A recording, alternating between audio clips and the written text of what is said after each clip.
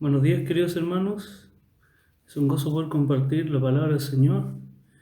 Y hoy nos toca estudiar Filemón. Vamos a estar estudiando esa carta.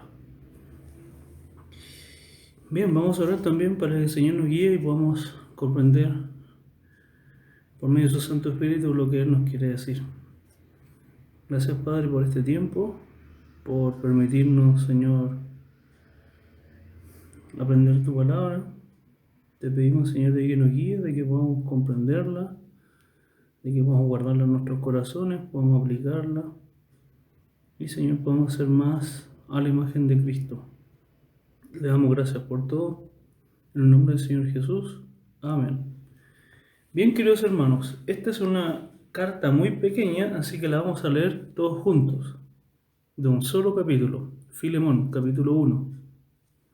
Dice así: Pablo, prisionero de Jesucristo, y el hermano Timoteo, al amado Filemón, colaborador nuestro, y a la amada hermana Apia, y a Arquipo, nuestro compañero de milicia, y a la iglesia que está en tu casa.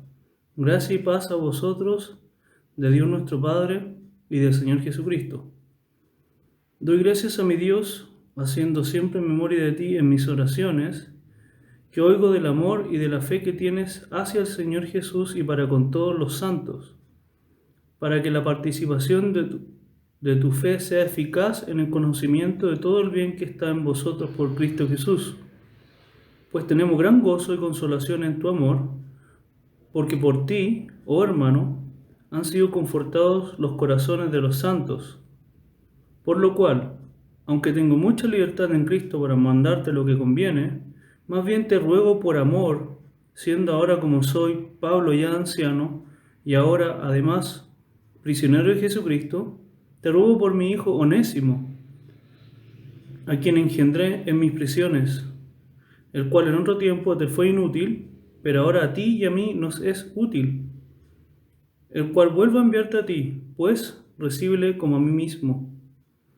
Yo quisiera retenerle conmigo, para que en lugar tuyo me sirviese en mis prisiones por el Evangelio, pero nada quise hacer sin tu consentimiento, para que tu favor no fuese como de necesidad, sino voluntario, porque quizá para esto se apartó de ti por algún tiempo, para que le recibieses para siempre, no ya como esclavo, sino como más que esclavo, como hermano amado, mayormente para mí, pero cuanto más para ti, tanto en la carne como en el Señor. Así que, si me tienes por compañero, recíbele como a mí mismo. Y si en algo te dañó o te debe, ponlo a mi cuenta. Yo, Pablo, lo escribo de mi mano. Yo lo pagaré, por no decirte que aún tú mismo te me debes también. Sí, hermano, tenga yo algún provecho de ti en el Señor. Conforta mi corazón en el Señor. Te he escrito confiado en tu obediencia, sabiendo que harás aún más de lo que te digo. Prepárame también alojamiento, porque espero que por vuestras oraciones os seré concedido. Te saludan Epafras, mi compañero de prisiones por Cristo Jesús, Marcos, Aristarco, Demas y Lucas, mis colaboradores. La gracia de nuestro Señor Jesucristo sea con vuestro espíritu. Amén. Bien, queridos hermanos, como pudimos notar, es una epístola bastante pequeña y vamos a ir viendo lo que el Señor nos enseña acá. Como información general, debemos saber que el nombre del libro es Filemón, o la carta, mejor dicho, es Filemón, y significa amoroso. Versículo 1 dice: Pablo, prisionero de Jesucristo, y el hermano Timoteo, al amado Filemón, colaborador nuestro. Es también el destinatario de esta carta. El nombre de aquel cristiano, es decir, Filemón, es parte de un juego de palabras de la historia que trata esta epístola o carta. Y esta carta es parte de las epístolas personales del Nuevo Testamento, es decir, es parte del grupo de cartas o epístolas que han sido escritas a una persona, ¿sí? No a un grupo o a una iglesia. Esa sería una clasificación de esta carta. Entonces, Filemón, nuestro destinatario, era un cristiano de Colosas, que aparentemente llegó al Evangelio por medio de la predicación del apóstol Pablo. Versículo 19 dice: Yo, Pablo, lo escribo de mi mano, yo lo pagaré, por no decirte que aún tú mismo te me debes también. Entonces, deja en evidencia no solamente la probabilidad de que llegó al Evangelio por el apóstol Pablo, y es lo más probable, sino que también deja en evidencia una amistad, este versículo. Existe la posibilidad que el apóstol haya pasado por Colosas cuando en la palabra de Dios se menciona su estancia por Éfeso, ¿sí? Porque no hay una mención directa. Filemón además mantenía una iglesia en su casa. Mira el versículo 2 conmigo. Dice: y a la amada hermana Apia y a Arquipo, nuestro colaborador de milicia, y a la iglesia que está en tu casa. Bien, entonces el hermano Filemón albergaba una iglesia, una congregación, un grupo de hermanos en su casa, ¿sí? Probablemente el pastor de esta iglesia era Arquipo, el que se menciona también ahí en el versículo 2. Y la hermana Apia probablemente era la esposa de Filemón. Filemón, además de mantener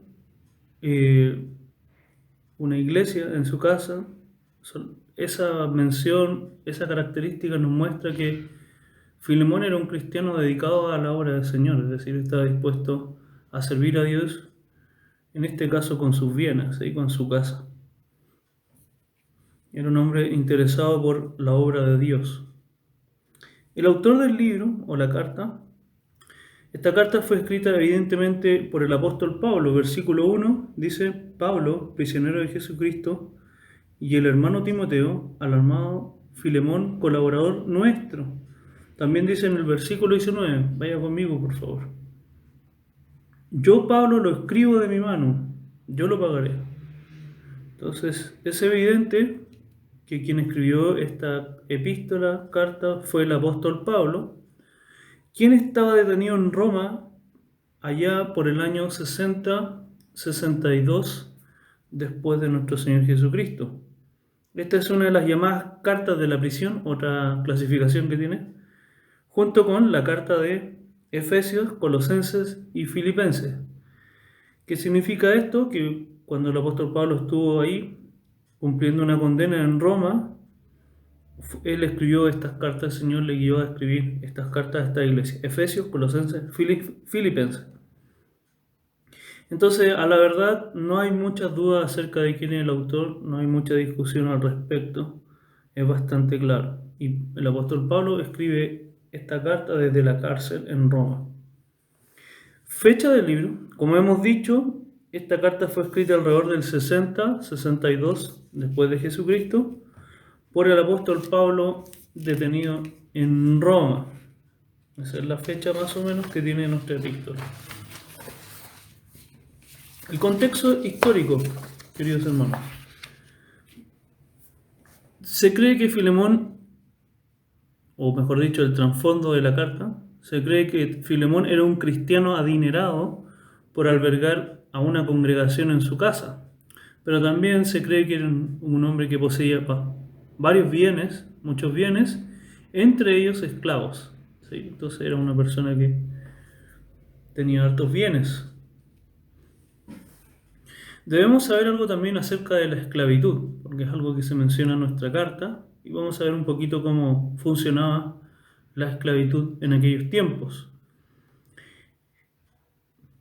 La esclavitud era algo normal en aquellos tiempos, después de nuestro Señor Jesucristo, era algo normal, incluso antes también. Había esclavos por todo el Imperio Romano, y era algo que las personas aceptaban como algo normal, algo cotidiano, o sea, no era algo extraño para ellos. En lo legal, los esclavos no eran considerados humanos, sino que eran considerados herramientas de sus amos, ¿sí?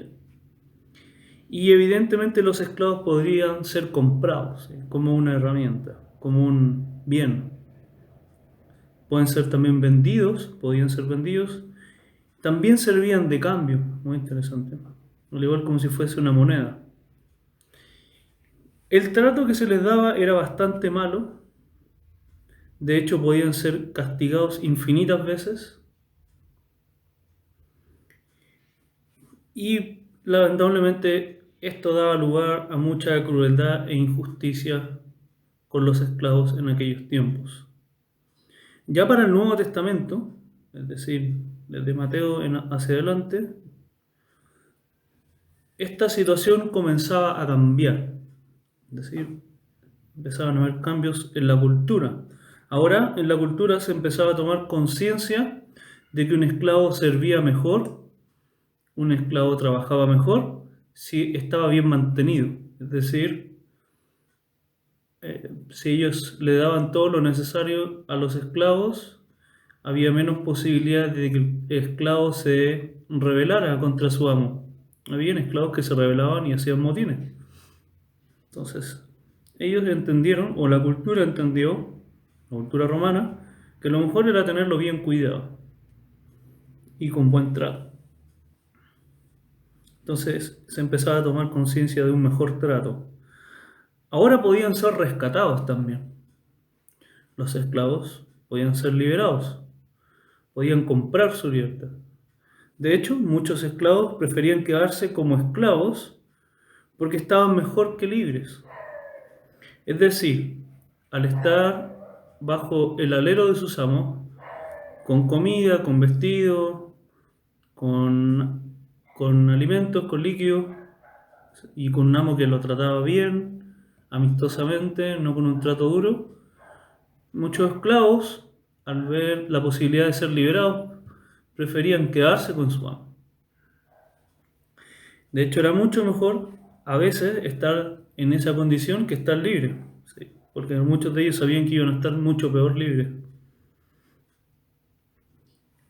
Entonces, estaban mucho mejor libres porque sus amos evidentemente cuidaban de ellos y les daban lo necesario para subsistir, cosa que en libertad quizá era mucho más difícil. Entonces, muy interesante.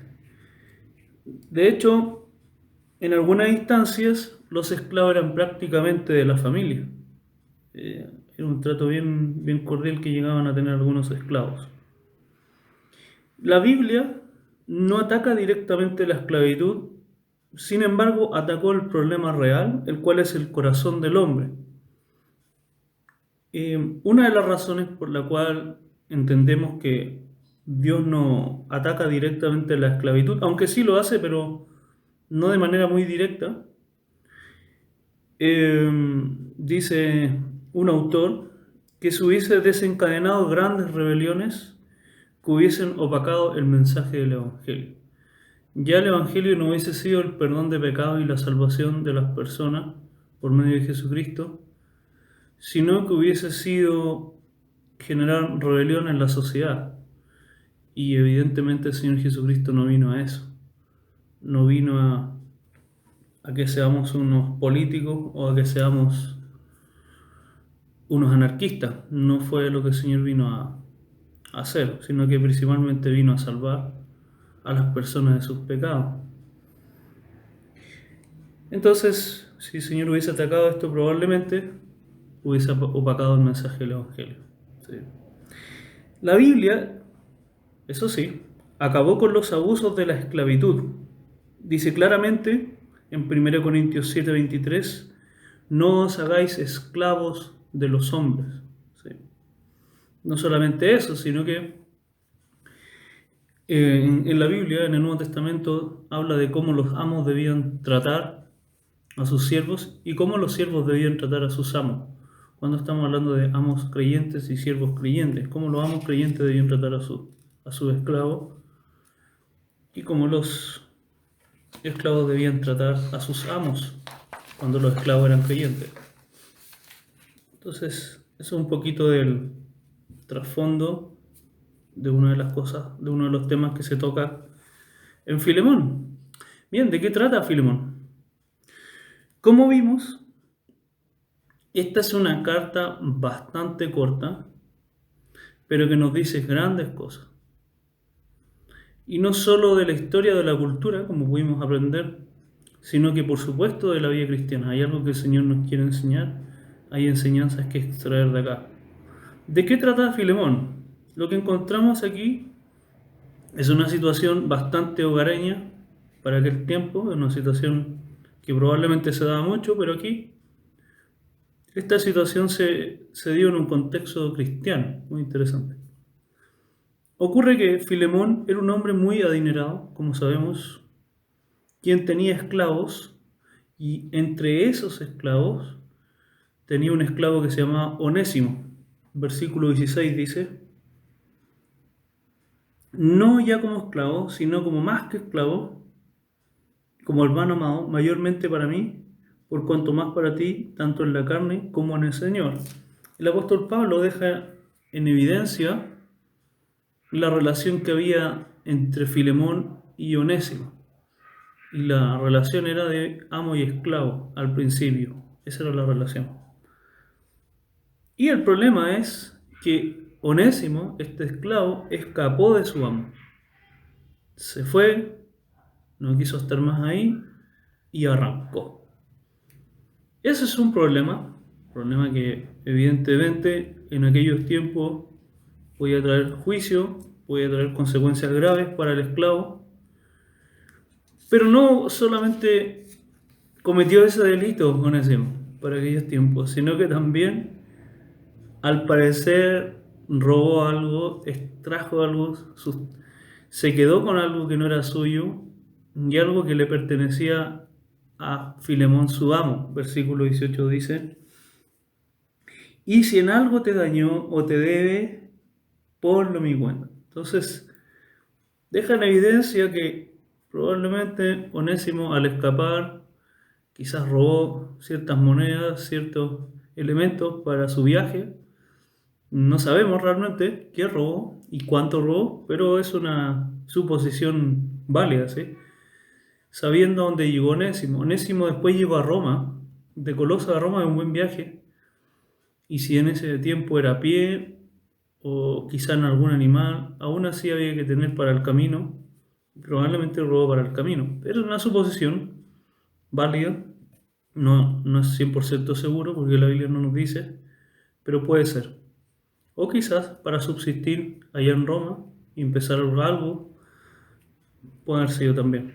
Pero robó, eso es lo que nos dejan claro. Algo sacó, algo tomó que no era suyo. Entonces, viéndolo esto desde un punto de vista humano, judicial, de aquellos tiempos, son dos delitos.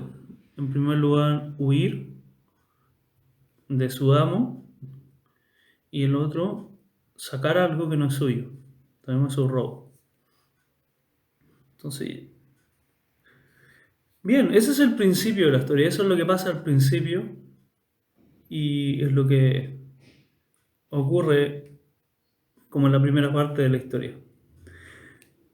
Por lo tanto, hasta acá entendemos que Onésimo le hizo daño a su amo Filemón. ¿Sí? Hizo un daño. Y lo interesante es que Dios, que está en control de todas las cosas, que en verdad la soberanía de Dios está mostrada aquí de una manera muy interesante, aunque no es el tema central de la carta, pero se ve como Dios está guiando todo, muy interesante.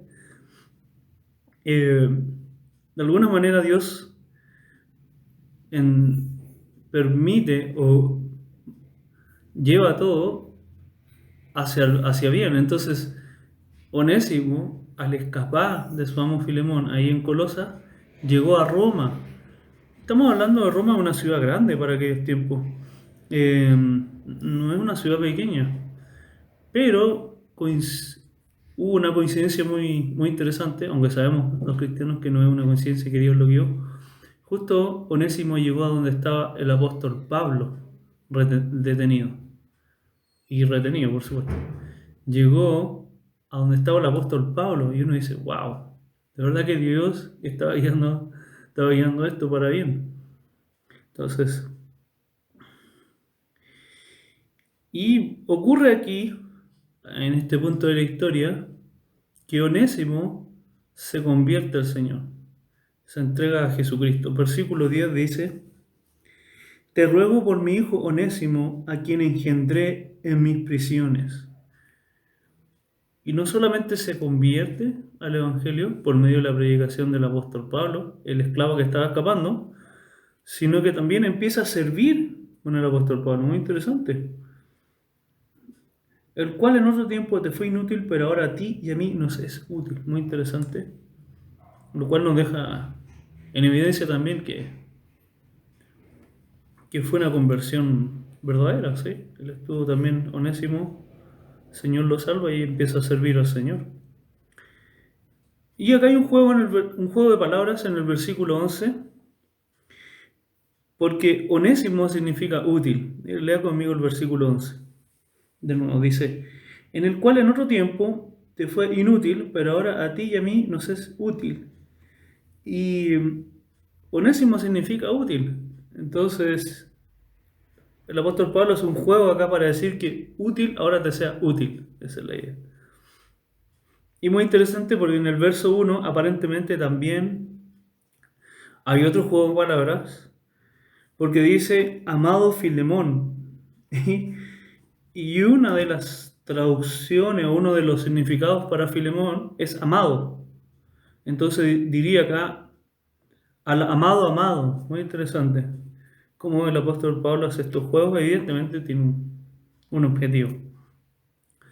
Entonces, ahora lo que hace el apóstol Pablo, luego de ver y entender todo lo que había hecho Onésimo, sabiendo que escapó de su amo y que también robó o se llevó algo que no era suyo, aparentemente, conoce al Señor y lo que hace el apóstol Pablo es interceder para que Filemón le perdone y le pueda recibir nuevamente.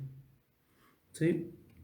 El versículo 17 dice, así que si me tienes por compañero, recíbele como a mí mismo. Muy interesante. Entonces, el apóstol Pablo, movido por misericordia, por su amor, intercede acá ante Filemón para que reciba a Onésimo. Por lo tanto, podemos decir que esta es una carta de intercesión, ¿sí? Intercesión, ese sería el objetivo del apóstol Pablo, interceder, para que Onésimo fuese perdonado. Y interesantemente, la tradición extra bíblica, no lo que aparece acá en la Biblia, sino lo que cuenta la historia y otros documentos extra bíblicos, se menciona que dos cosas. En primer lugar, el texto de Filemón no nos menciona, no nos dice si Filemón recibió a Onésimo. Lo más probable que sí lo hizo. Sí. Y la tradición extra bíblica nos dice que sí lo hizo y que no solamente le recibió, sino que también le dio la libertad. Muy interesante. Entonces, si eso fue así, wow. Es mucho perdón. ¿Sí? Y también la otra cosa que habla la tradición extrabíblica, aquí algunos padres de la iglesia, específicamente Ignacio, que fue un padre de la iglesia,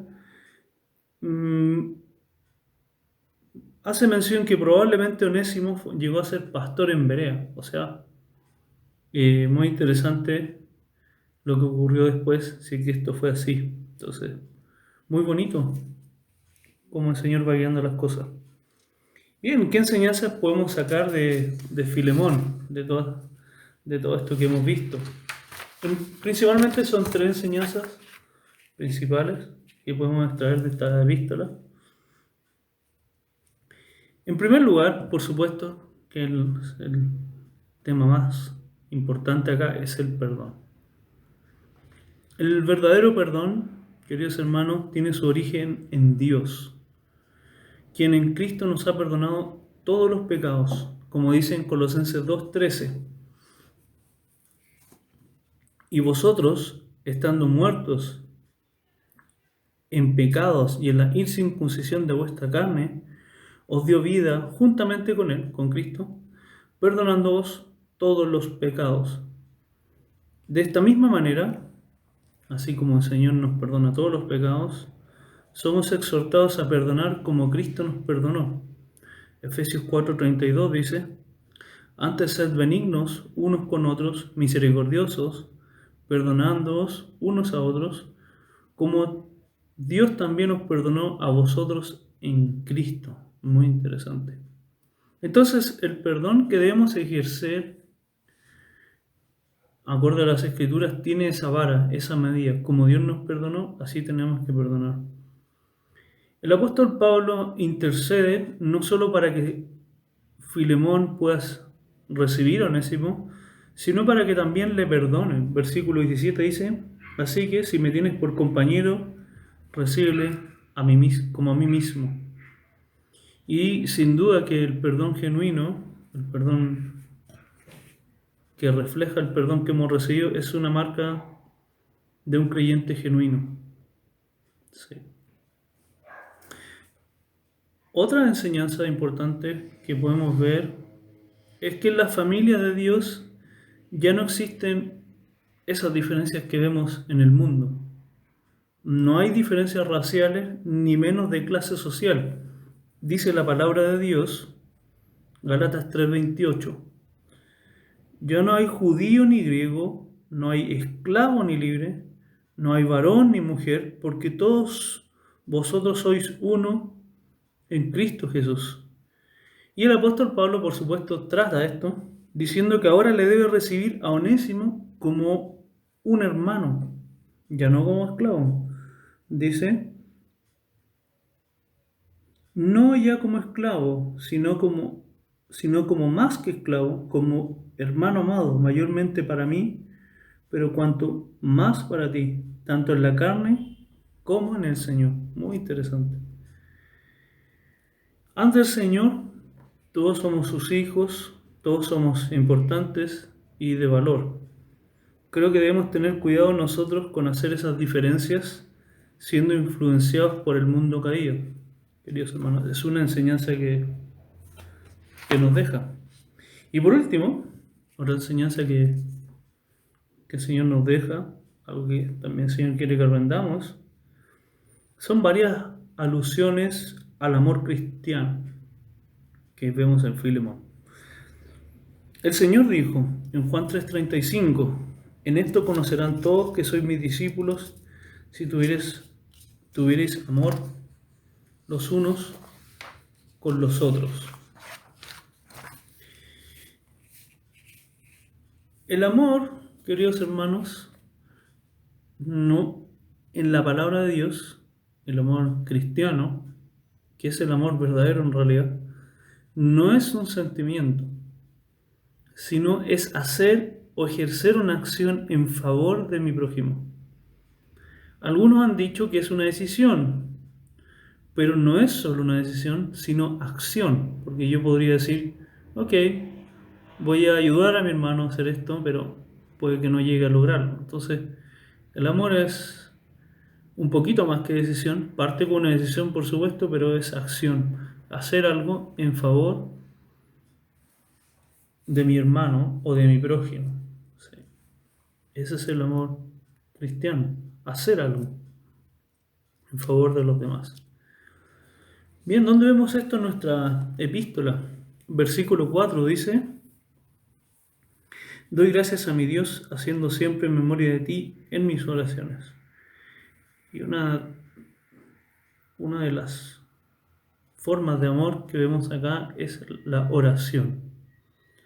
Vemos acá al apóstol Pablo orando por los santos y está haciendo memoria en su oración por otros. Entonces, una forma práctica de poder amar a otros es orando por ellos, orando por los demás.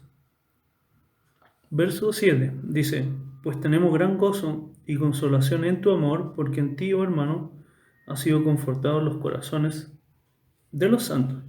Y otra cosa importante que vemos acá es el testimonio amoroso de Filemón.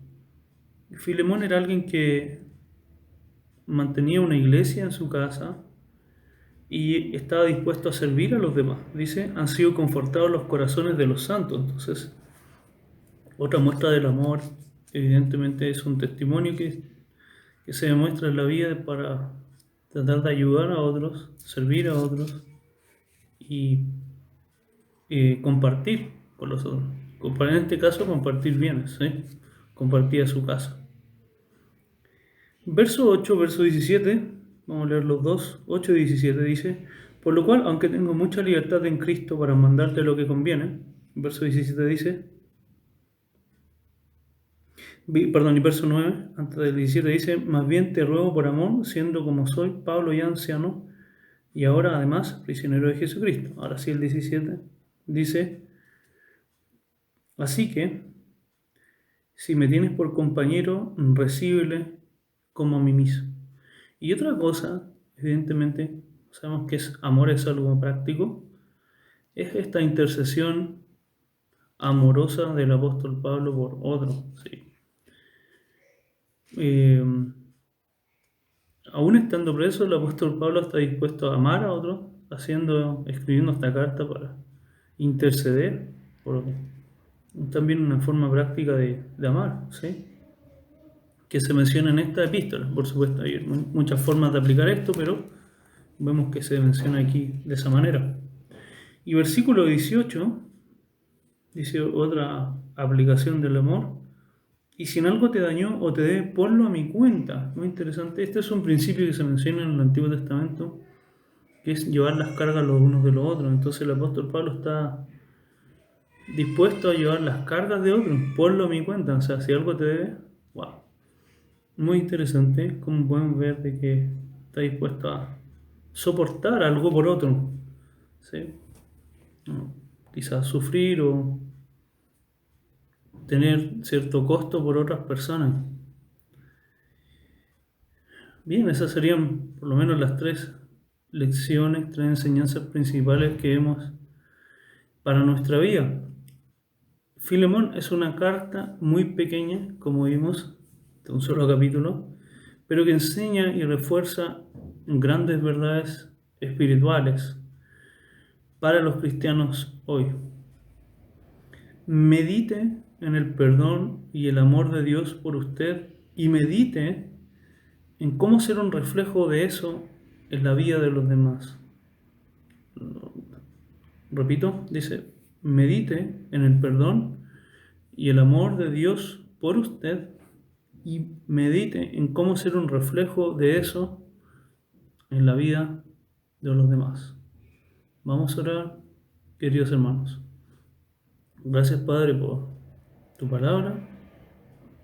Gracias, Señor, porque podemos ver tu misericordia acá, pero cómo nos enseña a través de estos ejemplos, cómo Filemón estuvo dispuesto a perdonar a Onésimo, a verle como un hermano, independiente de su clase social, su estatus económico. Te damos gracias también por el testimonio del apóstol Pablo, quien estuvo dispuesto a interceder por Onésimo como muestra de su misericordia y amor por él también. Le damos gracias, Señor, por esto y le pedimos, Señor, que nos ayude realmente a ser perdonadores como usted nos ha perdonado y a demostrar un amor cristiano por otros, un amor verdadero, que no sean solamente palabras, sino acción. Les damos gracias por todo, en nombre del Señor Jesús. Amén. Chao, queridos hermanos, un abrazo.